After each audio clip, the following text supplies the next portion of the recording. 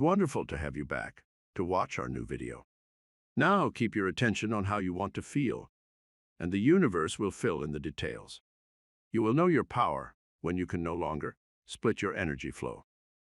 For years, the idea that you couldn't grow new brain cells or couldn't change the brain in some way, that was a belief. And you know why? Because the scientist that was doing the experiment was studying rodents in an unchanging environment. How could there ever be any new connections or new circuitry or new brain cells if there's no new experiences? So I think in the age of information, in the age of technology, ignorance is a choice. And people are beginning to go, hey, I don't need my doctor to tell me about this. I can get on the internet and read it. Hey, I'm going to read a book on quantum physics, and I'm going to ask the mysterious question. I'm going to step outside of convention myself. So once you step outside of convention, you will be considered foolhardy or insane until you're able to produce some type of change. Then you're considered a saint, a holy man, a mystic, a genius. Dare to be original. So I think the camp is divided in a very big way. That's the reason why I'm doing all the measurements. Because I want people to understand that the person that healed themselves of that condition, that traumatic brain injury, I want to show you that their brain is better. They're not just saying, I feel better. No, they are better. I want them to see that. Now, they didn't do that with a drug. They didn't do that with a therapy. They didn't do that with anything except by thought alone. And they made those biological changes. So, to answer the question, the camp is divided in many ways.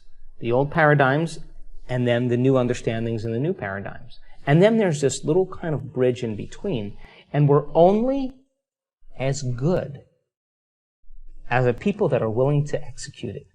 In other words, you got to be skilled at this, right? You got to be skilled at this. So if you're not skilled at it, we're not going to see any changes. So imagine 500 people or 450 people coming to an event, a workshop, and we are going to help them cross that river and to become conscious of their unconscious thoughts. You know, the ones that say, you can't, it's too hard, this will never happen, I can't change, I'm too this, I'm too old, I'm too that. Get beyond what their habits are, what they say unconsciously. Do they complain? Do they blame? Do they make excuses? Do they feel sorry for themselves? They're a program. They talk about others. Then look at their emotional states. Oh my God, I've been guilty for the last 30 years. I didn't even know I was guilty. It just felt like me. I've been unworthy. I didn't even know I was unworthy. It just felt like who I am. And all of a sudden, they start becoming conscious of that. And then they start creating a new change for themselves. And one by one, you start seeing these breakthroughs. You start measuring those breakthroughs. You get people on the stage talk about their breakthroughs, show their brain scan, show their heart rate monitor, show the energy change. And I guarantee you, just like an infection can create a disease in a community, I believe that wellness can be as infectious as disease. And you start seeing dramatic changes happening in a small community of people who are outside of the conditioning of their environment. The science has to be done to measure it, but the measurements are only as good as our students.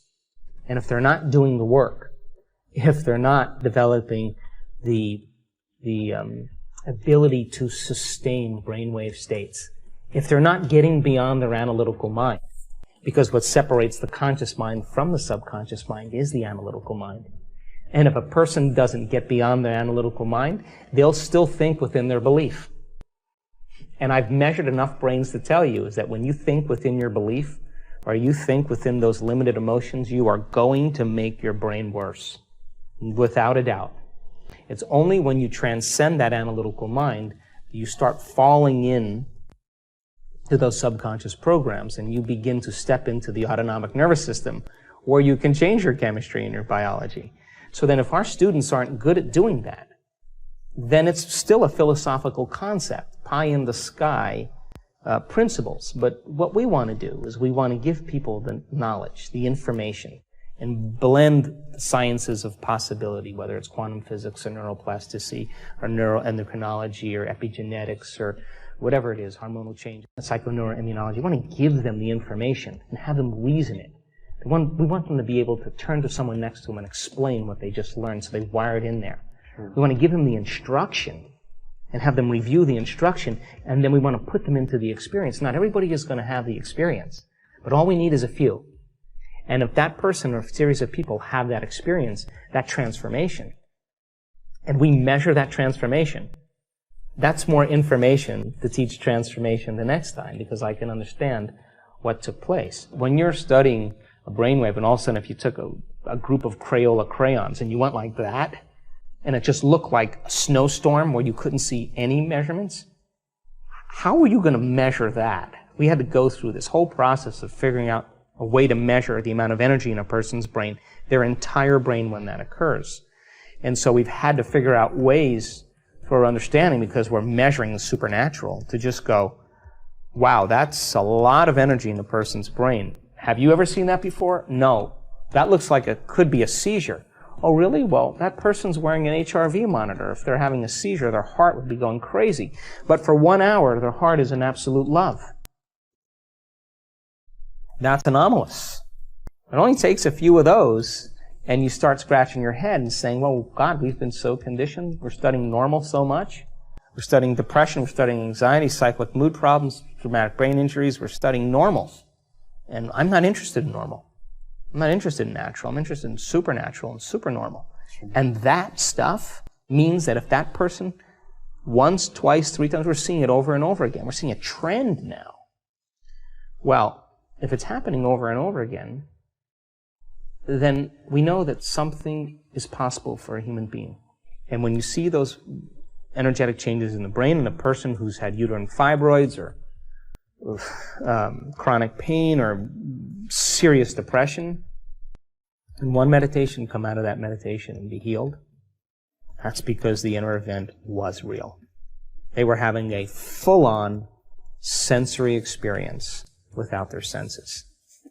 And that's the transformation. Listen, I think everything's the placebo right now. After I wrote my book, Yeah. everything, I sit around and just go placebo, placebo, placebo. Mm-hmm. And look, my God, we're programmable human beings. Yeah. If my doctor's enthusiastic about a new drug, I'm going to be enthusiastic too. But then, there are some very hard science things as well. Placebo works really well for pain. Placebo works really well for anxiety. Placebo works very well for inflammation. Placebo works very well for well-being. We know that.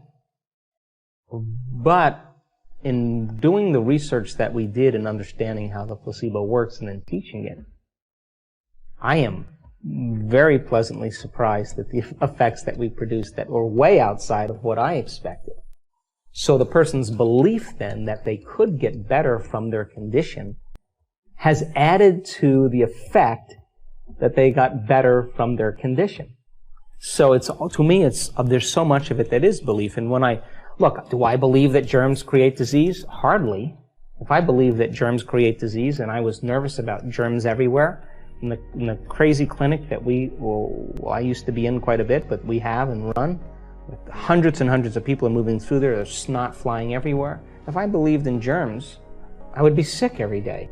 I just don't believe that I'm susceptible to germs and that I need a flu shot. I don't believe that. I just don't. And I've never had a flu shot, and I very rarely get sick, but that's my belief. But some people believe that they need the flu shot. But no, it's programmed for a lot of people to think if they don't get the flu shot, they're going to get sick. So you watch a television commercial, and television commercials pay attention. They're dreams. Pay attention. They're going to create some weird, dreamy state.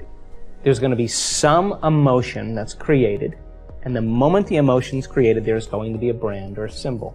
That's called programming. Thank you for watching. If you enjoyed the video, please leave a like and share it with someone who could use some motivation.